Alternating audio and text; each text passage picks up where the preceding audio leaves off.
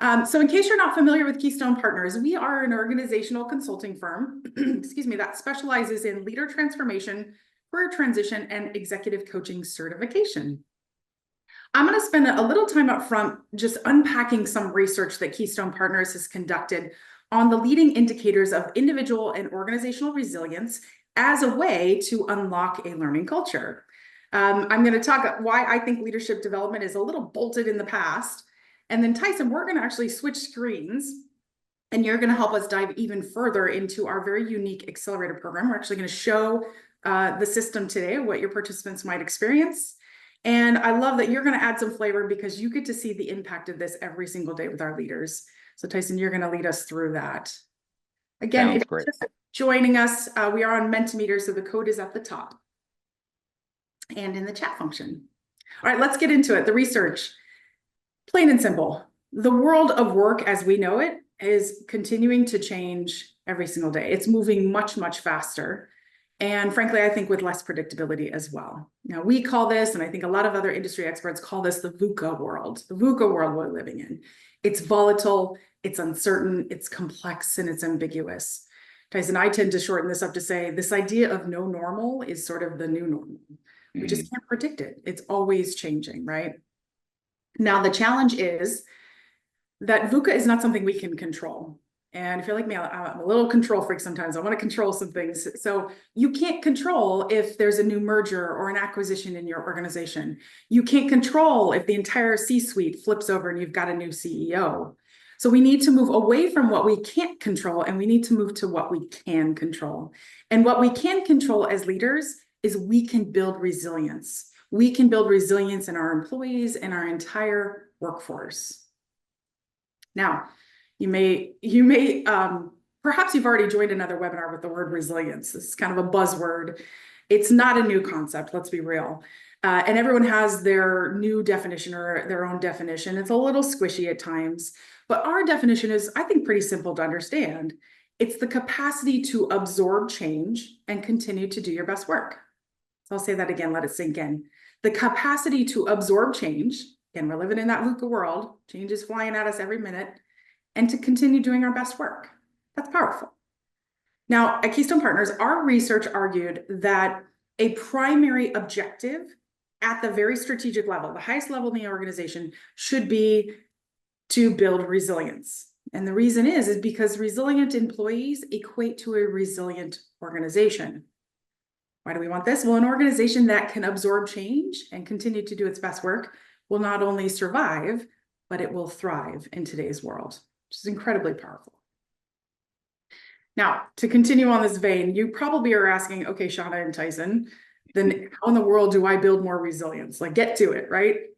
Well, our research is very simple. Again, it tells us that if you invest in let me stop there. If you invest in effective professional development, not only do you build resilience in your organization, you will unlock a learning culture. Now, Megan, thank you so much. Megan went ahead and dropped the full research report. It's very much more robust than just 4 slides I've covered here. So if you're interested in learning more about resilience and how we can build resilience in our organization, you can grab that full research report there. All right, let's get you all back involved. So grab that phone again.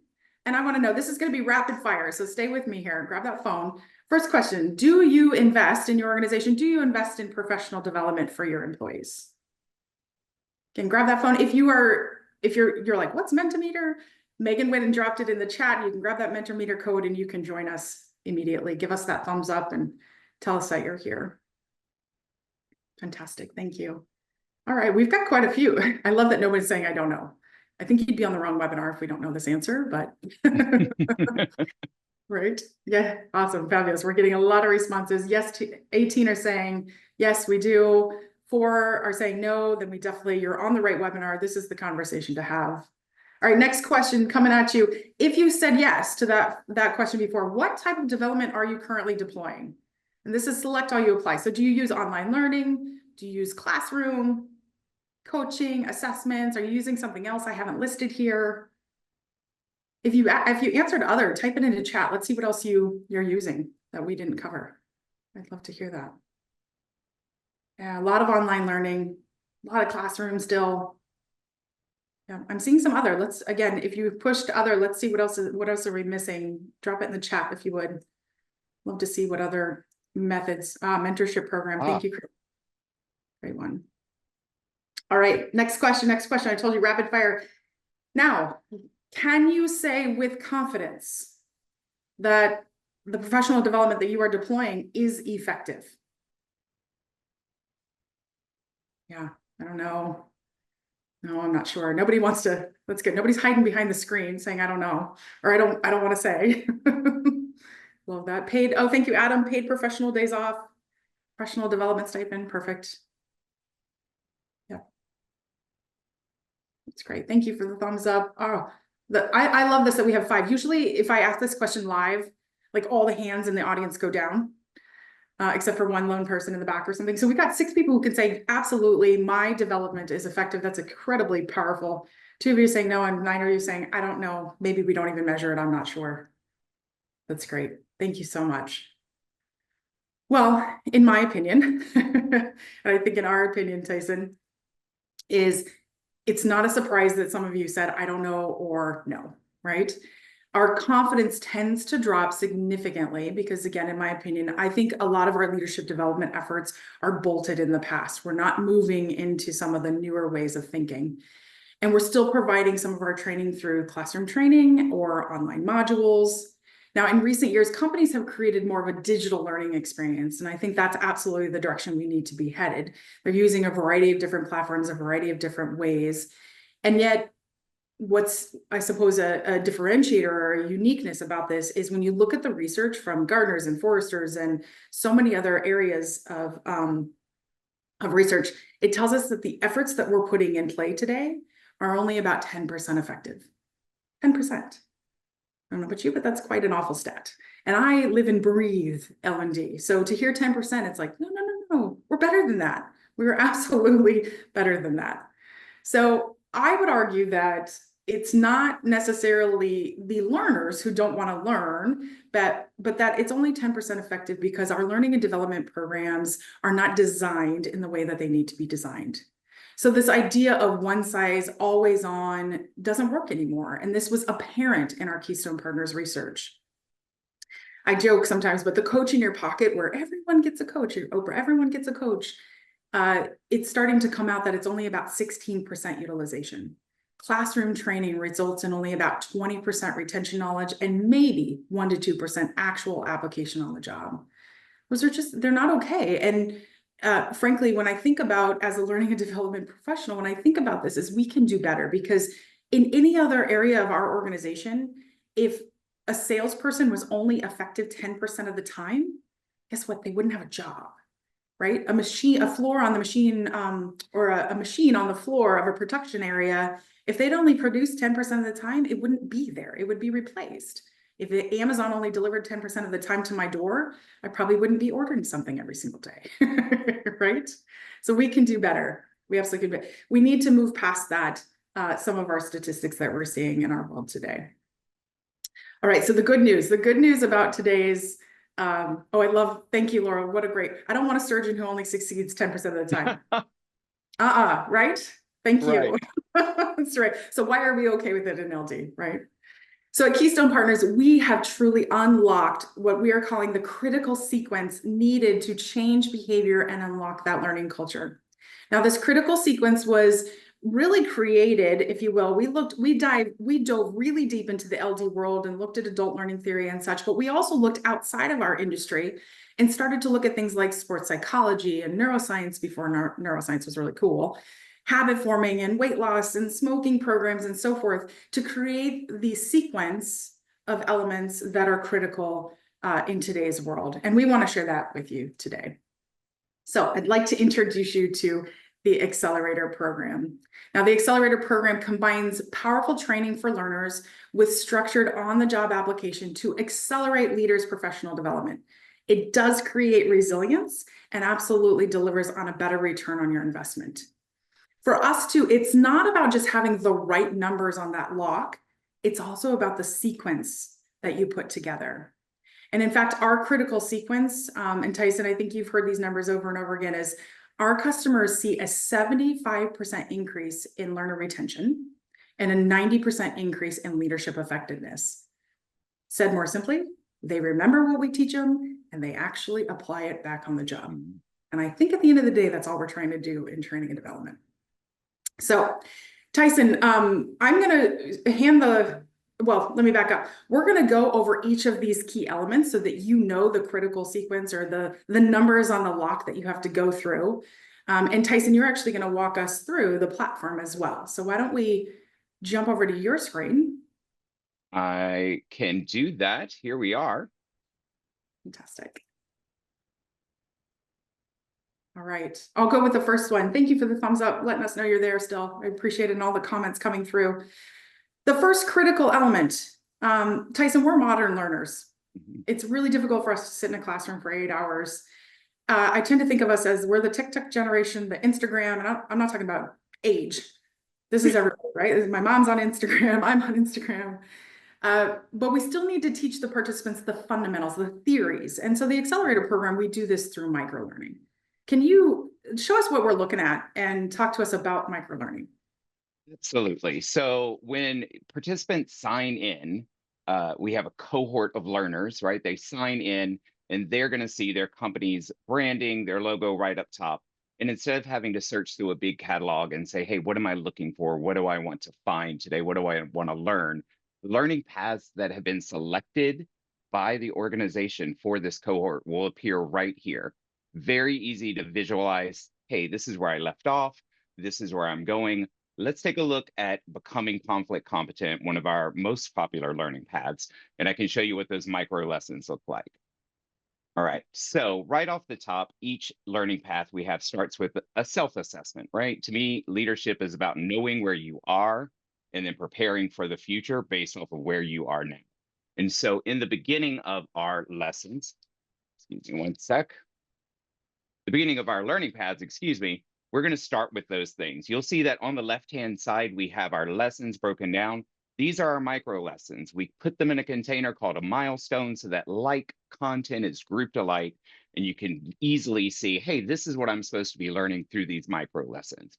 We use a different variety of modalities. I'll show you some of those in just a second, but right off the bat, you can see we're having you set goals for this learning path. What do you want to know about becoming conflict competent? Where are you currently about becoming conflict competent? And we use this information again at the end of the learning path to see, hey, what did each of our participants learn? How have their skills improved in this area? So again, easy to navigate system. What I hear from participants is, I can do this. If something interrupts me while I'm working on this, I can easily come back and see exactly where I'm supposed to be. You'll notice that my milestones are outlined in green. That says I've completed them. But these are drip content milestones and micro lessons. So each week, a new set of milestones and micro lessons unlock, and it's that dripped content that I hear so much about. I just want to show you, a typical learning, what's happening. So we have these short readings. We have podcast videos. This one is presenting a conversation with Stephanie Williams, who has her PhD in organizational psychology, talking about why conflict is important. And then we go on to a discussion board. Now, one of the best things I like about our platform is there are these opportunities to interact with your cohort through these discussion boards. So not only are you taking the self-reflections and reflecting on your skills, you're sharing with your colleagues and your cohort, and it really creates the cohort environment right up front. So when we get to those live sessions, the team has had a chance to see, hey, what are my colleagues on this other team experiencing? And what experience can I bring to the table in this cohort? That's great. I love it. What I find most attractive about our microlearning is one, microlearning. It's all in one platform. And two is the variety of modalities. I mean, you just talked about 4 or 5 right there: discussion board, quizzes, self-assessments, podcasts, videos. It keeps it nice and interesting and fun versus some of the other online modules that I have seen, which is maybe all talking head videos or something like that. I love that. All right, Tyson, the second element. So we talked about microlearning as that first number on our lock. The second element is applied practice activities. Now we include these, it's like in adult learning theory because we know it's based on constructivist adult learning theory. We have to give our learners time to practice. For better or worse, I often think of my son. He can watch baseball on the TV all day long, but until he's out in the field and throwing the ball with me and his dad and actually practicing, that's when the learning actually starts to get really sticky. So Tyson, show us how we include applied practice activities in the platform. Of course. So throughout the program, so this isn't just, at a certain end point, we're going to say, hey, you've learned these skills. Now, 3, 4 milestones in, let's go take some action. Let's practice these. And the reason I wanted to show this specific take action is as simple as some of the concepts sound to us just reading through them, this take action in the becoming conflict competent learning path gets the most response. Like, I didn't realize how hard it was to use I statements. It was challenging to have a one-on-one where I only ask questions, right? So really applying what you've learned throughout the learning path really helps reinforce those leadership skills. It's one thing to try it, and then it's another thing to reflect on that experience as well. So you'll also find the means to capture, apologies, that's not the screen I was getting to. Here we are. After the take action, there is a block. I have filled it in already, so it did not show up, where I can reflect on, hey, what was my experience using those I statements? What were my problem points? As a facilitator and coach, I get that information. I can bring that into the live sessions so that they're getting additional reinforcement in practicing those skills in the live session as well. The managers that I have spoken to of participants say, hey, I got to see this in action and I saw immediate results from what my team member was learning. They actually applied it in the moment. That's great. I love that. All right, the third, so we talked about microlearning, applied practice. That third element in our sequence is assessments. Now, for me, assessments link back to the humanist adult learning theory that we are whole people and that we have to take that into consideration when we're learning. And so until I learn more about myself, I can't necessarily apply that to others. So we'll often use assessments to heighten self-awareness and in our teaching. And in fact, Tyson, in all of our learning paths, now we're only looking at one today, but all of our learning paths include an assessment. So we'll use assessments such as DISC, EQ, there's a teams assessment, there's a variety of other assessments, but tell me, when I think about assessments, it makes it personal, not theoretical. Tell me how you've seen it show up in the platform and in your group coaching. Absolutely. So this milestone is focusing on the Thomas Kilmann instrument. So this is saying, hey, what mode do I tend to go to when I'm in conflict? So not only are we giving you the assessment, the amazing results and report that come from that, but we've built in materials that say, here's how you can interpret your report, and here's how you personalize that report. And that's what I hear the most from participants with these assessments. They're like, yeah, there were some things in there I didn't necessarily think were me, but there were so many spot on things. So my philosophy when I am with a cohort is, let's not worry and concentrate on those things that are viewed as those areas of opportunity. Often people get stuck there. Let's focus on what this report says that you do well and use that now while building up those areas of opportunity. And to me, that's where I find the value. There are actions that can immediately be applied, whether it is a DISC profile. So I'm improving my communication in the moment with someone of a different DISC personality style. And what I always hear at the end of each cohort is, how do I get my team to take the assessment so that I can help them understand what I've learned? Yes. These really resonate. And it also allows a little personalization of the learning. Once you know, okay, I have an I style in DISC, I know that strength and I know that I can talk well, but maybe I can't listen too well. So it allows me to personalize my learning, and I tend to focus more on those pieces that are more important to me and really absorb that material first while getting the rest of the leadership principles I need. I love it. Tyson, before we go to the fourth element, we've gotten a question. So I want to, first of all, thank you for punching in your questions in the Q&A. I've been watching them as they're coming in. Some of them we're going to get to. Is this program all self-led, or is there a leader teaching the microlearnings? Great question, Beth. And I'll show you how the critical sequence comes together here in a few slides, but there is both asynchronous and synchronous learning in the Accelerator program. So the microlearning can be done on your own, same with the applied practice, but there is a sequence to how it's done so that they have to have all of that done as they prepare for what is the fourth element. Let's go there.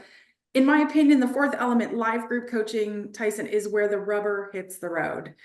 This stems from the social cognitive adult learning theory that says we're social creatures. We have to learn from each other, right?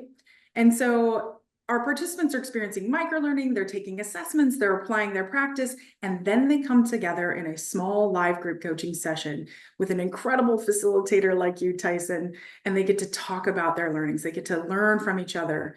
Tell me, I mean, I can think of the testimonials that I have seen come through on this portion, but Tyson, tell me about the impact of group coaching from your eyes as the facilitator. I love the question, and I think that it is very important to me. What drew me to wanting to be a part of this program and be a coach and facilitator for it was those interactions. I can Mhm. take something online, I can put in some answers that maybe a computer or an AI will say, "Hey, good answer," but I wasn't getting that feedback. And the live group coaching sessions are 90 minutes. They are on Zoom, and your participants know up front, as well as their managers, when these times are. Mm. Right. So if something comes up and it's an emergency, I will get people caught up. But I have found that people make time to be at these live sessions. Right. This is where they are not only getting to hear from their colleagues and their peers to build on what experiences they have in their department, they're learning the challenges from their colleagues in other departments, and they can get immediate coaching support. So they're bringing their real issues. And to get back to the question, those self reflections, those discussion boards, all of that is reviewed by a facilitator before we go into the live session so that we're already aware of some of the struggles, some Mm. of the challenges, and the successes as well as people were working through their micro lessons. What that allows me to do is really sometimes people get stuck in a group situation. You ask them a situation and they're having trouble recalling it. I already have some background information that I can question and bring up around these situations as they've been encountering them in the micro lessons Yeah. into the live sessions. So it really adds, a level of interactivity that doesn't exist that I haven't seen on other platforms. We also use some scenario based questions. We do some role play. So we're reinforcing those activities as well and those leadership principles in the live session. Yeah, nice. That's great. One question that just came up that I want to be sure that we're addressing is the Accelerator program primarily audience for new managers, or is there an opportunity for coaching of executives as well? Thank you for that question. The Accelerator program and our different programs are geared towards an emerging leader, a new leader, or a mid-level leader. We have used certain programs or paths, or we call them paths in our language, at the executive level in combination with other things. For example, they might be going through an executive coaching program as well as attending one of our accelerator paths or programs. Again, the idea is to teach the theory, to get the group involved and to learn from our peers and our facilitators. But the executive level often requires a different, just a slightly different look at some elements, which is why we like to add executive coaching. So really great question, Marina. If you have if you want to talk specifically about your organization and the size of your organization, what you're looking for, we're happy to do that. Tyson, I'm looking at the clock. We're at 5 minutes, so we're going to go rapid fire here through. The fifth and final element is in the critical sequence is where I would argue unlocks that learning culture. Within every single one of our programs, we have structured manager accountability. So as your participant is going through the program, their manager is also going through a very similar, yet far less time consuming path. And in fact, research will say that if you do not involve the manager in development, your L&D efforts will fail over 80% of the time. So that's why we're including the manager. Tyson, show us what the manager path looks like. Certainly, really quick, what we've done is give a snapshot of what's happening within the participant dashboard. These two do not mix. So information that, situation scenarios that participants are sharing on their discussion board, the manager doesn't see those, but we give enough information. And more importantly, we're going to give some coaching tools to the leader so that they can support this journey that their team members are on. Right up front, each week to week, we are going to bullet point some coaching questions that you can ask during a one-on-one when you're just having a huddle, whether it's virtual, maybe you stop by the desk. There are little questions along the way to reinforce what we're learning. But maybe it's been a while since you've heard about, the conflict continuum, Shawna, or why conflict is important and how to have healthy conflict in an organization. So each week, we also give additional content that shows you exactly what the participants are seeing on their side. This is Mhm. that screen I showed you earlier, the same video with Stephanie, and then that conflict continuum. So you have a little background and get a little refresher on your skills. What Yep, I have heard about this managerial support is from both sides. Participants love it, managers love it because there's accountability built in. that's They're right. demonstrating, participants demonstrate to their managers, hey, I am ready. I'm ready for more development. Managers now have a path. You know, their days are busy. They're like, often, I don't have time to even think about what to do. We've laid it out for them. I love that. Yeah. I often, and my colleagues will laugh at this, is I call this the BOGO deal. This is the 2-for-1. You've paid for the participant and you also get development for the manager as well. All right, Tyson, thank you so much for walking us through. I've stolen the share back, so hopefully all of you can see my screen again. What I wanted to share with you next is this is what it might look like. The course he was just looking at, becoming conflict competent. So again, we've taken what used to be an 8-hour training course, we've stretched that out over time, and we've given it the critical sequence. We've added the micro learning, the assessments, the applied practice, the live group coaching, and so much more. Tyson, I'm going to go to the next slide here. The next slide is, so we have talked a lot about the combination and why it's great for the learner and the participant, or great for learning and the participant. What I don't want to overlook, though, is what's in it for this audience. What's in it for the HR buyer? What's in it for our stakeholders? And the great news is you get real-time access to an analytics dashboard that will look at what I call the basics, the utilization, the satisfaction, and so forth. But we'll go beyond that and we look at retention of learning and measurable behavior change over time. So at any given point, you can run in here and you can say, actually, I can measure the return on this investment. I can see the resilience index on my dashboard about the impact that we are having within our organization. You will also have a dedicated implementation team on this journey with you, and we are there to be a complement and a supplement to the great work that you're doing internally. So we'll remind you of things that are coming up, but we're really watching your interaction and your participants to make sure that they are doing everything that they should be doing along the learning journey. One of my last slides here is, as we wrap up, is we have given everyone a lot of information in 30 minutes. So you've got a couple options here today. The first is that you can walk away and do nothing. It was a lovely 30 minutes with you. Thank you very much. I do think that's a very costly endeavor, given that the cost of replacing employees in today's world is well over 2.5 times their average salary.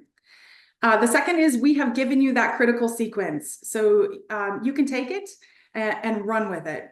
Now, we do know, based on our experience, it does take about anywhere a minimum of 4 months to upward of 7 months to build it. And I get a little nervous about that time frame because, hello, we're living in the VUCA world. So a lot of things can change in 6 to 7 months. And finally, of course, is you can buy it. We can actually stand up an accelerator program in less than 30 days at a very minimal cost. So we can start making an impact into your organization very, very quickly. All right, we hate to leave we hate to leave a webinar like this without giving something back to you as a gift. So go ahead and you can scan. This is a different QR code than the Mentimeter. Go ahead and scan this one. You will get a copy of our newest ebook that was just released, the ROI of Executive and Leadership Coaching.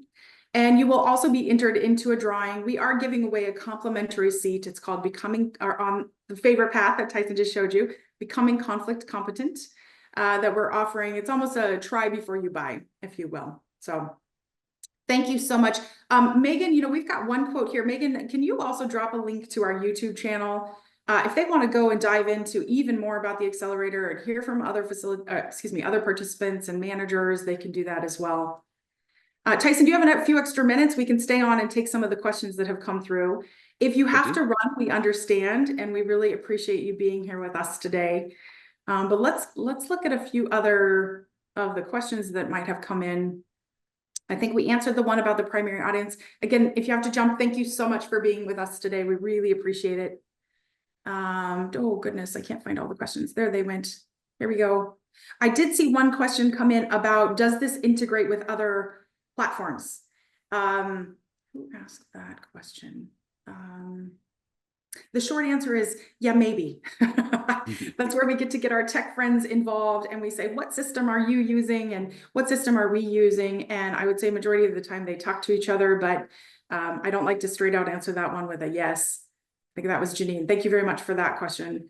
Really great question. Are we sharing the resources? Yes, absolutely. We'll follow up here with all the resources that we dropped in the chat. You will get a copy of this webinar as well as the copy of the PowerPoint as well. Can we use our own assessments? No, well, maybe. It depends, Donna, how you use them. We have launched a lot of accelerator programs that have, I tend to use the word combo deal, right? So you can buy the hamburger and you can add the fries. So if you want to use an assessment on top of the accelerator program, we absolutely can do that. We've also had customers who said, you know what, we're already using DISC in our organization. Can we just use ours? Absolutely. No need for us to retain that knowledge when you're already using it in your system. Yeah, I'm thinking, Shawna, of the organization that had really invested in predictive index. And so Yes, they sent a lot of people through our Buddy to Boss learning path that's right. and took the DISC program. So having that knowledge up front of what the predictive index styles were, I was able to relate it to what the DISC styles were. And we had enough time to talk about the differences and similarities as well. That's wonderful. Yes, absolutely. That's a great example. I'm seeing, I feel like there were more questions and I've got a lot of comments. There is one. Go ahead, please. Yeah, Tyson. This was from Marina. Is there an opportunity to use this tool for a train the trainer option? I don't want to straight up answer that one, Marina. Maybe we have a conversation after. I want to understand what you're trying to do. Do you want them to be the coaches? Do you want to? Yeah, let's, if you're good, Marina, I will email you after and let's have a quick, 10-minute conversation about what you're trying to get at there to train the trainer. Oh, do you have a booklet of all the programs? Yes. Megan, let's be sure to drop the catalog for everyone as well. Our training catalog has all of the courses built in, or excuse me, within the catalog, so you can see them. There's two ways our customers really purchase, or really three ways. Let's go with the first is to build your own program. So you can look in the catalog and we can support you as you look at your capabilities, your competencies, and we can pair those up together as well. The next option is if you're just looking for a single path, you absolutely can do that too. We've launched it with others. Maybe you already have a dynamic leadership development program and you want to complement it or supplement it with one path. For example, we've added our presentation skills course or accelerator path to another longer leadership development program that was already internally built. So that's an option. The third and final one is, Tyson already mentioned this, we have a very unique program called Buddy to Boss. It will be renamed very soon to Stepping into Management, but this is specific for that first-time leader, that person moving from individual contributor to first-time leader. It is an all-inclusive course that lasts 100 days, so 18 weeks. It's equivalent to almost about 3 to 4 days. So if you sent your first-time leader off to a 3 to 4 day training, you can do that, or you can stretch it out over 100 days. What's unique about the Buddy to Boss or Stepping into Management course is it also includes one-on-one coaching, which is so incredible because most of the time at that frontline leader position, it is cost prohibited to add one-on-one coaching. And so this not only has those 5 incredible elements, the critical sequence, but we took a little bonus and added an extra one there with some one-on-one coaching. It's incredibly powerful. Oh, awesome, Marina. You're already working. You're in good hands with Rob. That's really great. One last note, I don't see any other questions coming in. If you do have other questions, Tyson and I are always open to take those. So please shoot them our way, unless you're already working with an incredible Keystone colleague. The other thing is if you are interested, highly interested in, Shawna, I've heard enough, or Tyson, I've heard enough. I really would love to talk to somebody more and get even more detailed information. I'd like to get into the system myself. Drop your name in the chat and we'll have somebody reach out to you as soon as possible to get you moving. So thank you very much. Tyson, I cannot thank you enough for joining me. It's always lovely to have somebody else on the webinar with me. And to give frankly, your personal opinion, given that you're in this every single day with our incredible cohorts. Thank you everyone for joining us and have a beautiful afternoon. Thank you.